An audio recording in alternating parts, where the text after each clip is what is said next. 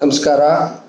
Welcome to this video from Mysuru Jyotishalaya on health. Let us now look at what all possible analysis one can do in astrology when it comes to health. First and foremost check would be a foundation check, and then there is a current assessment that can be done. There are emergency cases, emergency assessments possible. We can assess whether a surgery is needed or not required, or what could be the outcome of surgery. Then in many cases general assessment are required because certain lifestyles and what we do, we need to find out how well it suits our strong parts of the body, or that is a general assessment that I will explain in detail. Then there are special case assessment, which again I will go through in detail later on. And there is a possibility of making response plans. And this is mostly for those where health is a significant challenge or concern in life. I don't think response plans and all that is required for normal people who go about their normal life. Again, all these analysis, there is nothing religious about this.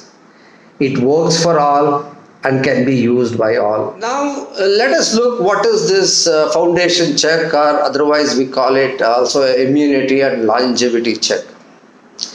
Every living thing, be it animals or plants on earth, have two fundamental processes. One is a regenerative process, which is a process of new cells forming in our body, and the other one is degenerative process, where due to wear and tear and various other reasons some cells die in our body. These two are fundamental process. For when we are very young, we grow very fast because the regenerative process would be much stronger and operate more actively than a degenerative process. At some stage our growth saturates, and more or less they are in balance then, and towards the end of our life the degenerative process would be stronger, and we start finding wear and tear in the body.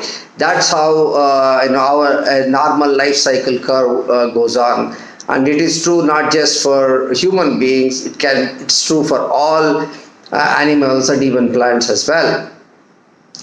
The foundation or immunity check involves the comparison of relative strengths of regenerative and degenerative process. Lagna or ascendum in a horoscope represents the regenerative process, and the 8th house represents the degenerative process. So when we make a comparative assessment of how strong the Lagna is vis-a-vis the 8th house, it gives us some assessment as to what the situation is in a given person. And then these are not just two things that are important in in health. There is one other thing that is significantly available for human beings to some extent, pets, but not for wild animals and plants. That is availability of health care. And when healthcare is available, the next question is how our body would respond to healthcare.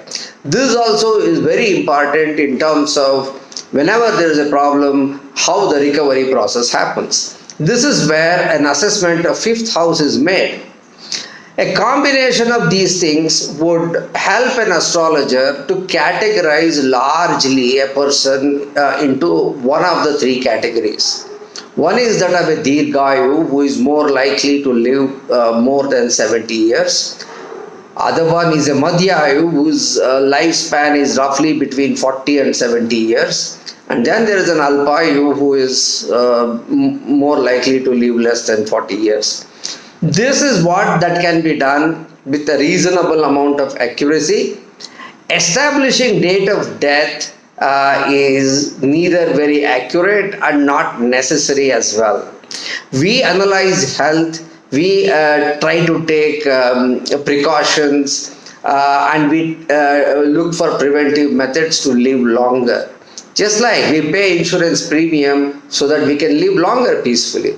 And that is the core intent of doing this astrological assessment. A lot of people are curious about or want, what is the date on which I'm going to die. I'm not very interested in spending a lot of my time to do a very deep research, because I don't think one needs to know the death to that level of accuracy. As long as one has an idea when is that event is likely to occur and plan his life surrounding that, it is good enough. So depending on this analysis, definitely in certain cases there can be a need for certain remedial actions, which I have explained in the other video, and we would talk about it if any of those become necessary. Now let us talk about the current health assessment. This is something that is needed for most of us, because we would want to know how healthy I would be going ahead.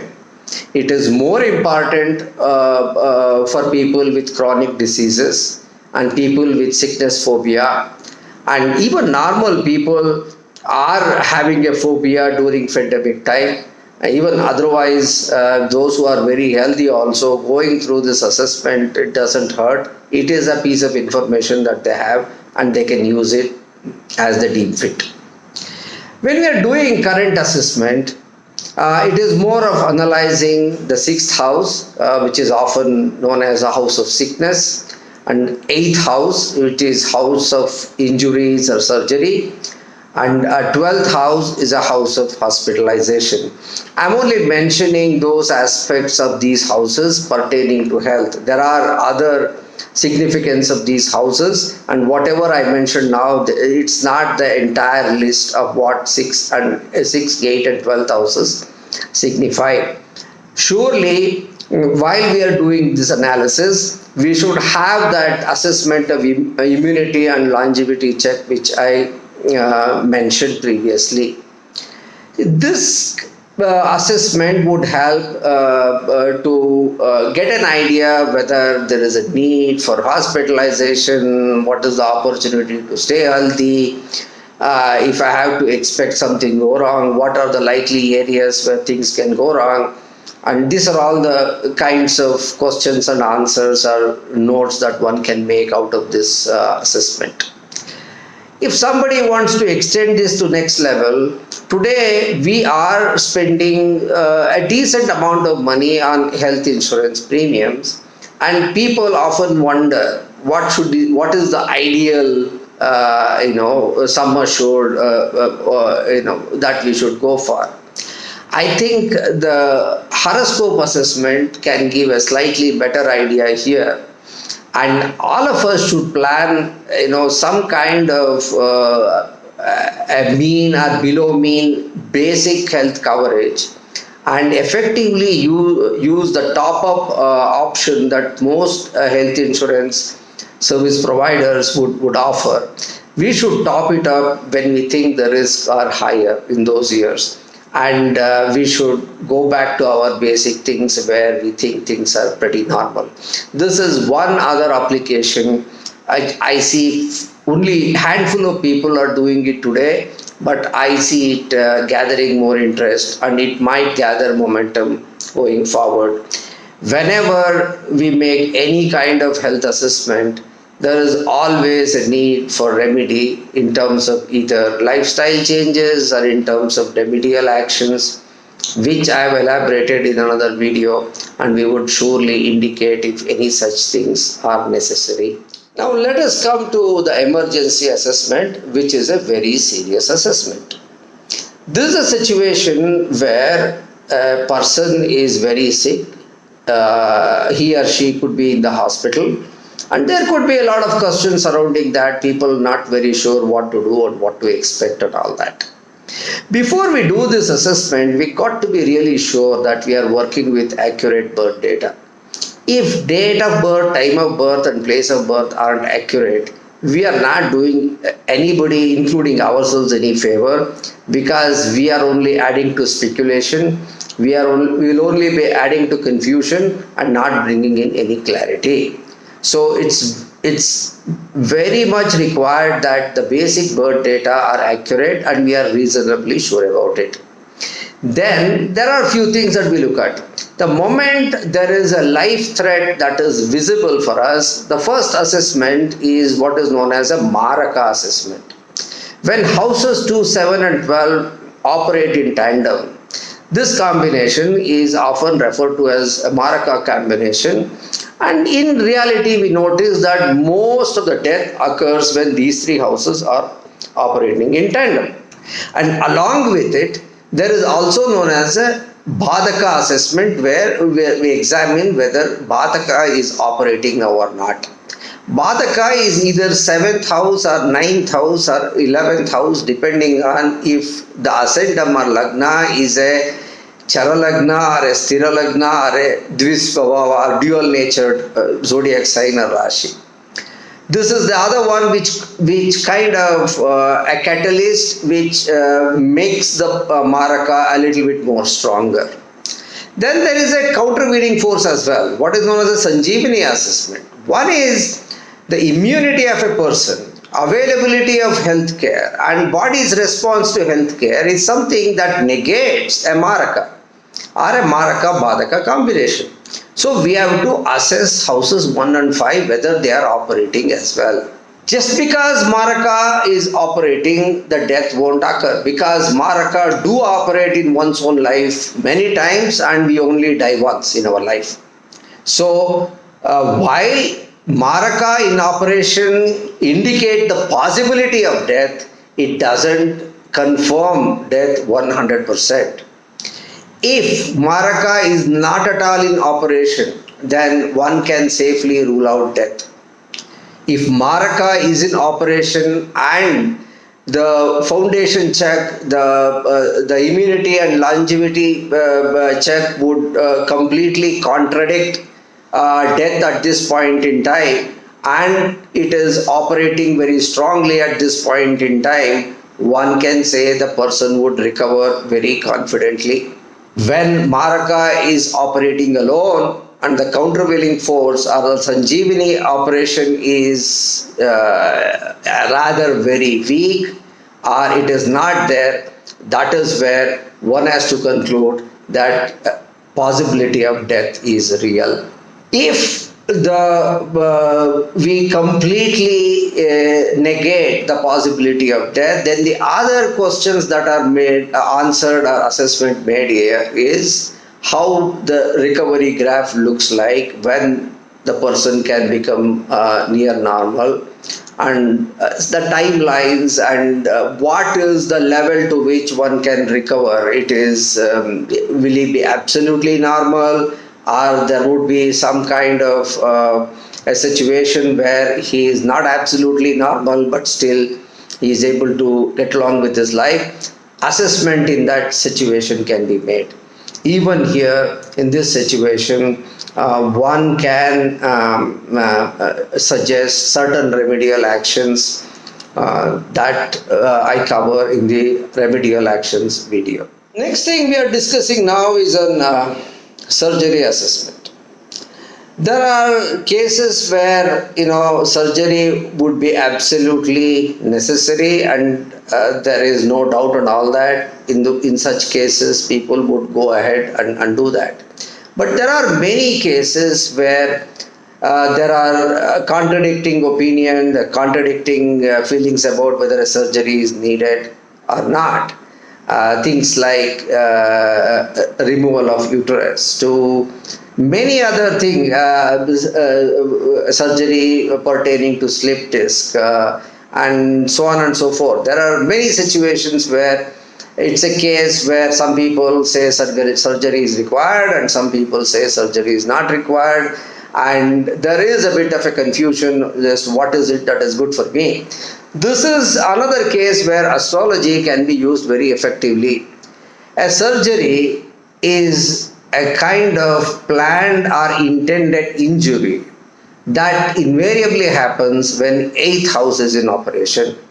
8th house strongly in operation indicates possibility of surgery. Complete absence of eighth house operations also indicates that even though someone is suggesting a surgery, they may not go for it. So there is a possibility of an astrologer ruling out, no, that I don't see possibility of surgery now. That possibility is definitely there. And whenever the eighth house is operating in full strength, and also the fifth house is in operation, or the Panchama is in operation, that is what indicates a successful surgery and a post operative recovery. When we do a surgery assessment and we also do this basic longevity check, which takes into account the Maraka, Badaka, and Sanjeevani I talked about already. And all these things will help in the assessment of the outcome of the event. There is another thing that is possible with a surgery, especially the planned ones that are not emergency and all that. You can fix a date, you can fix the venue, and you can also fix the time. Definitely, I have seen this being used and it is very helpful. I have not seen anything that is wrong with it unless somebody is trying to move the surgery, which is an emergency required right now by a week, which is not something that we recommend.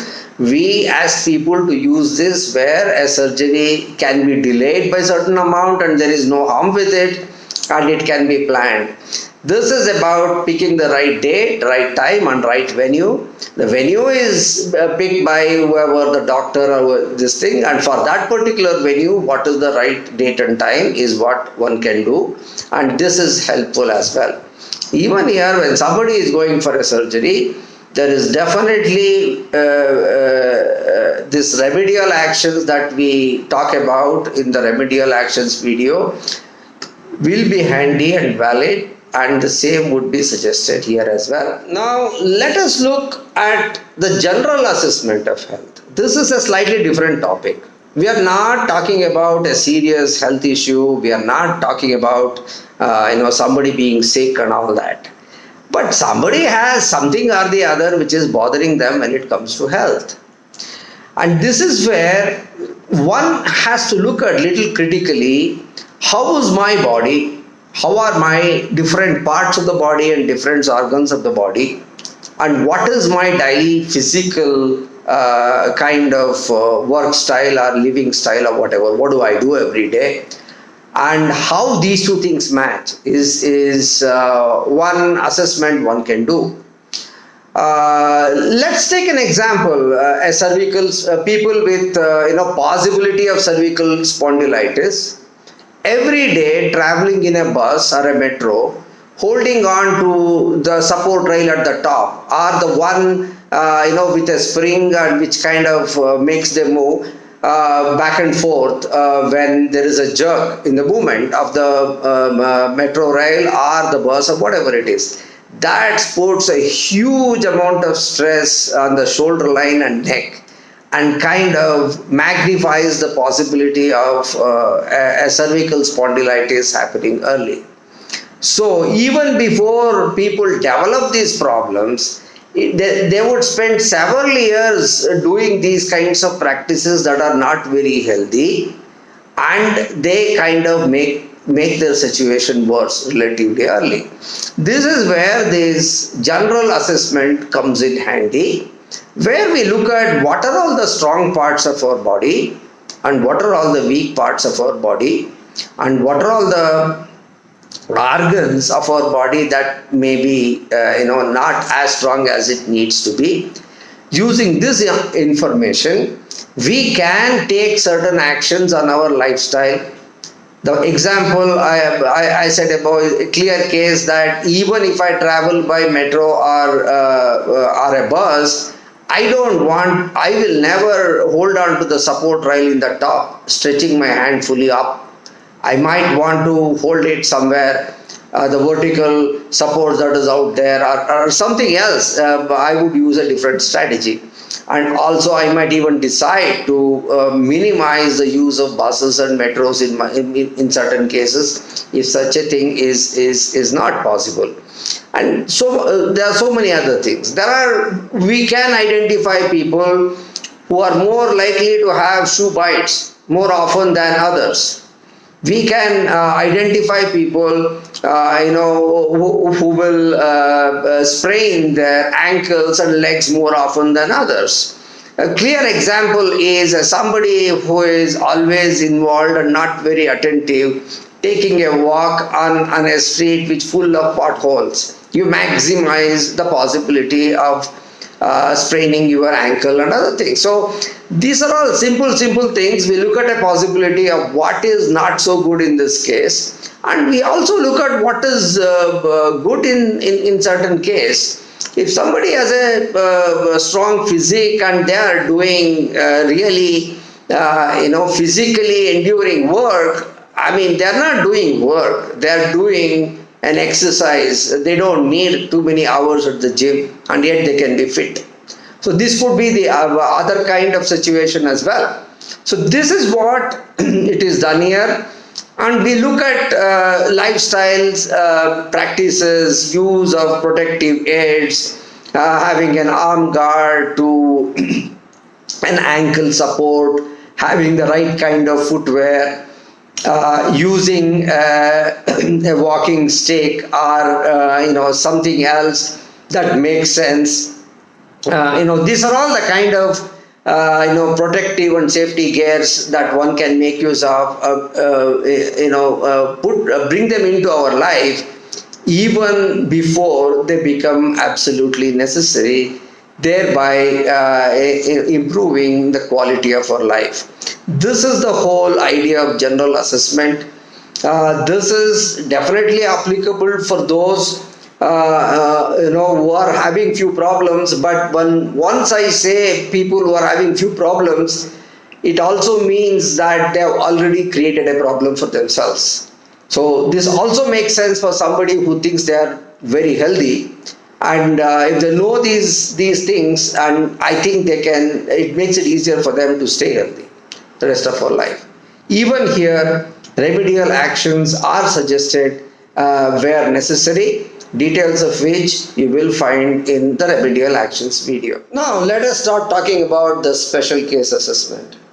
Special case assessment are more normally for chronic cases like diabetes, like hypertension, cognitive disorders, could be stress management, can be behavioral disorders.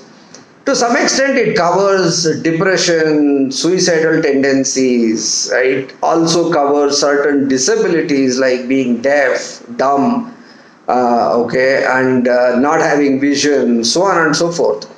So in all these cases, it is more or less a case of, we having to live with our problem for the rest of our life.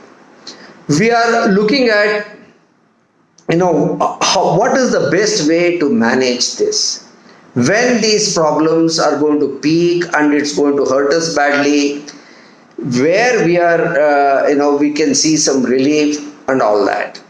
While we are doing this analysis, people will most normally know what is their problem, and and they are very aware of the worst case scenario. What they are not so much aware is the best case scenario and the opportunities that lies, and if I can't do this, what else can I do, and what else I can do better than others, or otherwise I put it as, are there any opportunities for me to excel? I think that examination and making people aware, okay, if few things aren't working, they aren't working for sure, so keep it aside and look at what can you make it work, and put plans in place how to kind of improve your quality of your life using that particular path. This is something I've always found reignites hope. And whenever somebody is preparing to live rest of his life with an issue, The management of this issue is more psychological than physical.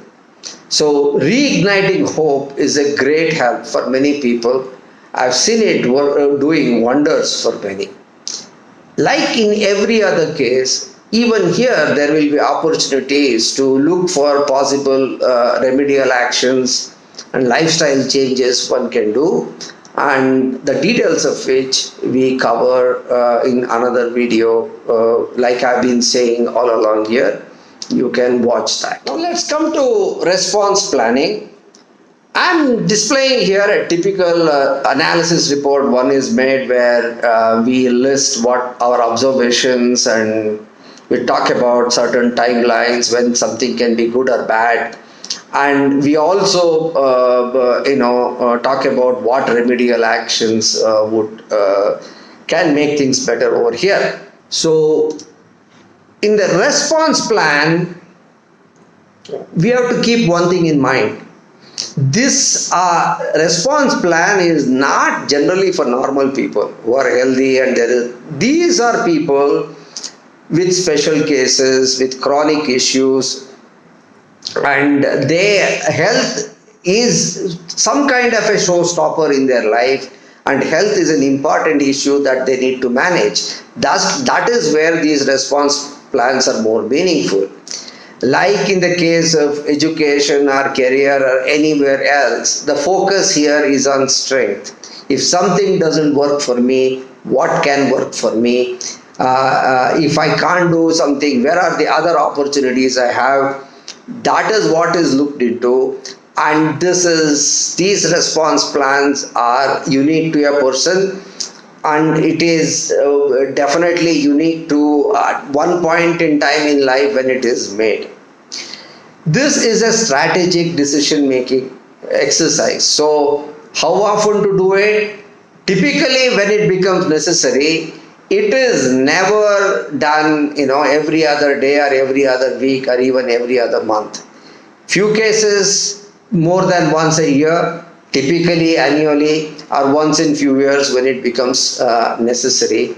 You would definitely do it even when your situation is changing for the better, much far more better than what you anticipated. That is where you have to tweak your plans, not only when the situation is getting worse and it is going out of hand. It is done in both cases, not just when things are going bad. So even here, the remedial actions is one thing that is always very useful, and it is indicated as necessary. Thank you.